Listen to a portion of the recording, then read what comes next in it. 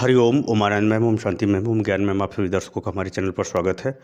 आज हम लोग बीएड फर्स्ट सेमेस्टर के अंतर्गत माध्यिका के असतत समूह के अंतर्गत और यानी खंडित डाटा या ऐसे समझिए अनग्रुप डाटा के संदर्भ में हम लोग जो है माध्यिका ज्ञात करने का प्रयास करेंगे।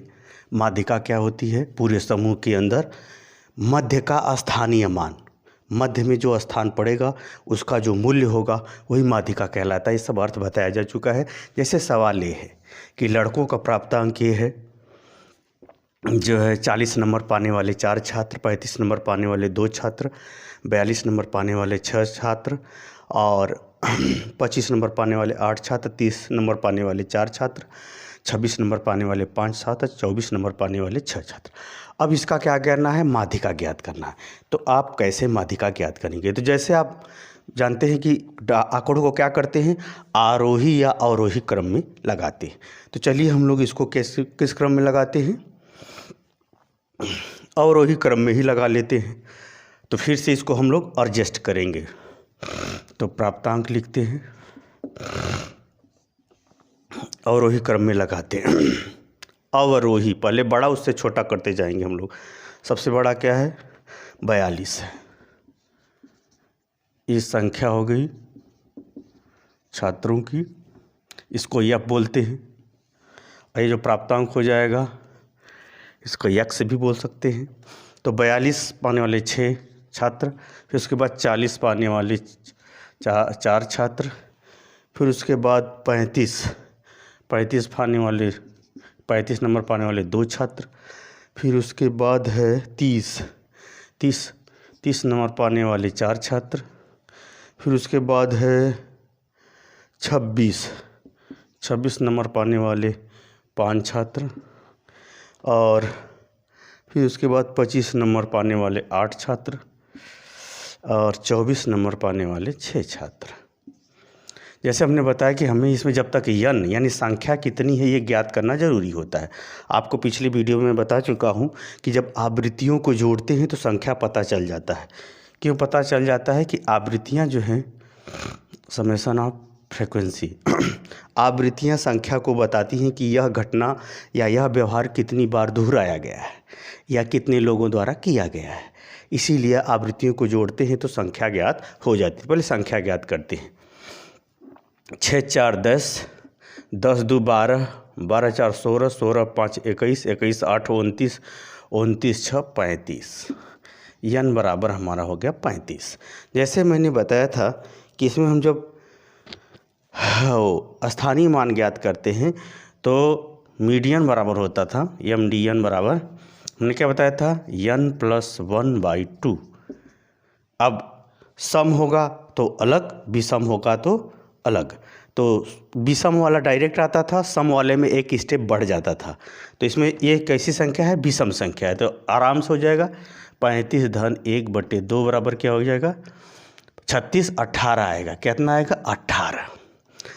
यानी 18वां पद क्या होगा हमारा? 18वां पद हमारा क्या होगा?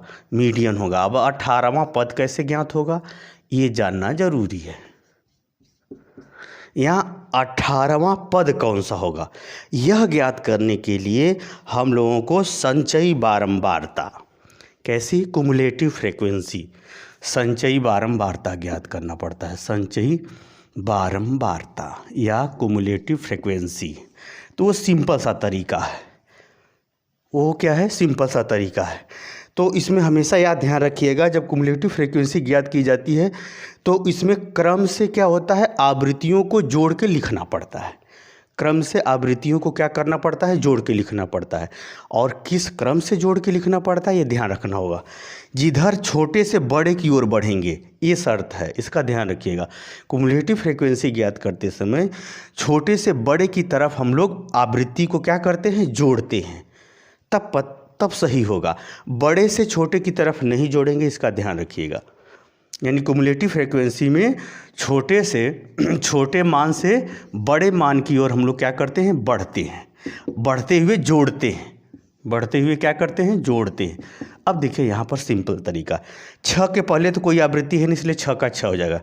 8 6 कितना हो जाएगा? 14।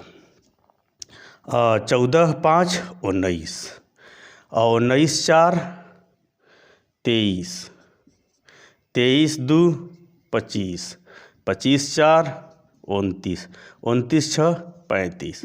याद रखिएगा कुमुलेटिव फ्रीक्वेंसी में जो यन होगा वही उसका अंतिम जोड़ भी होगा।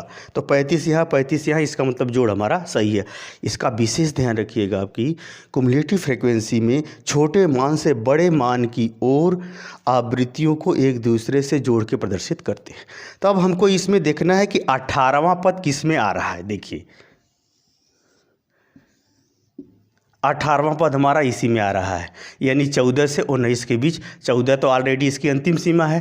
इसके बाद जितने भी मान आ रहे हैं वे किस में आ रहे हैं, इसमें आ रहे हैं। तो यह जो होगा, यह वाला पद क्या होगा, 26, यानी हमारा मीडियन हो जाएगा 26। हमारा मीडियन क्या हो जाएगा, मीडियन हमारा हो जाएगा 26। यही आंसर हो गया। 18वां पद किस में पड़ रहा है, इसमें पड़ रहा है। ये आवृत्ति है, आवृत्ति से तो लेना है नहीं, क्योंकि आवृत्ति तो मात्र संख्या है, इसीलिए जो उसका स्थानीय मूल्य होगा वो क्या होगा, 26। यानी इस पूरे समूह में जो मीडियन मूल्य होगा, जो मीडियन नंबर होगा, माध्यिका का जो नंबर होगा वो क्या होगा, 26। यही आंसर है। इसका थोड़ा सा ध्यान रखिएगा, क्योंकि जब बीएड में पूछेगा ये, तो ख़ास तौर से ऐसे सवाल जो है 10 नंबर में पूछता है मीडियन का। इस तरह से ध्यान रखिए। मुझे उम्मीद है कि जिस तरह से मैंने बताया है उस तरह से आप समझ गए होंगे।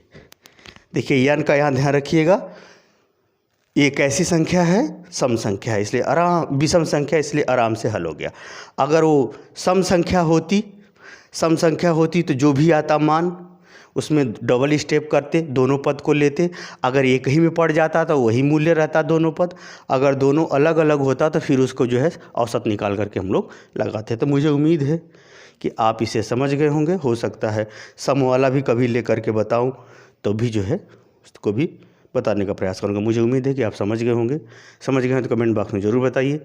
साथ ही मेरे चैनल को लाइक शेयर सब्सक्राइब भी कीजिए। हरिओम।